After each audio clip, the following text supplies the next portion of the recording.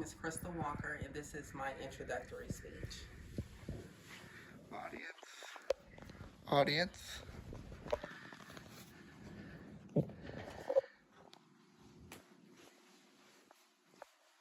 My introductory speech is on cardiopulmonary resuscitation, also known as CPR. What would you do if someone you knew went into cardiac arrest in your presence? Cardiac arrest can happen anytime, anywhere. When cardiac arrest occurs, you have to intervene immediately, or that can cost someone's life. Immediately take action until paramedics arrive. If interventions are not in place, someone can lose their actual life. The question is, why should you know CPR even if you are not in the medical field? By show of hands, how many of you have actually known someone that went into cardiac arrest or was present when someone went into cardiac arrest? Most people believe that cardiac arrest will not occur in a situation where they often need to be present in interacting with trying to perform CPR. And it's most commonly known that CPR occurs in someone's home or in their private residence. My research shows more than 70% of cardiac arrest happens in the home or private setting. Being emergency prepared with CPR knowledge should be a part of anyone's home family plan. It can actually save someone's life. First of all, I'll explain the process of CPR and what you will need to know in order to prepare for an emergency. First of all, you want to know, when do you perform CPR? It's when someone goes into cardiac arrest, someone is drowning or in a pool area, which is the most common, and there's no sign of breathing. And then why is CPR performed? Because you need to perform immediate action until someone, such as the paramedics, arrive to take over. It makes it easier for paramedics on arrival if someone started actual CPR before they came to actually increase the chances of survival.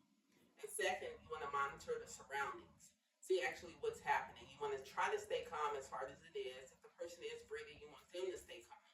You want to check their pulse. You can check the carotid artery. You can check the radio. You want to check for responsiveness. And by doing that, you want to shake the patient and say, "Are you okay? Are you okay?" Or the person that's the actual victim. And also, third, you want to know, when should you start CPR? Evaluate the situation. Check for the airway, which is in the mouth.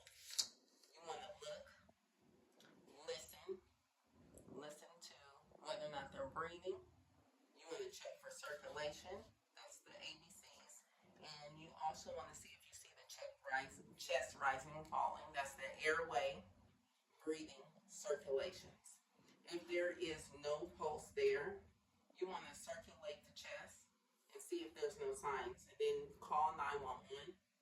By calling 911, you want to give them the details. If someone is around, you want to have them say, "Hey, someone is unresponsive. Can you please call 911, give them the details," or you might be by yourself and have to do it all. So then if you have to do that, you will assess the patient again. You want to place your hands on their chest. It will be 2 inches deep at a rate of 100 to 120 compressions per minute.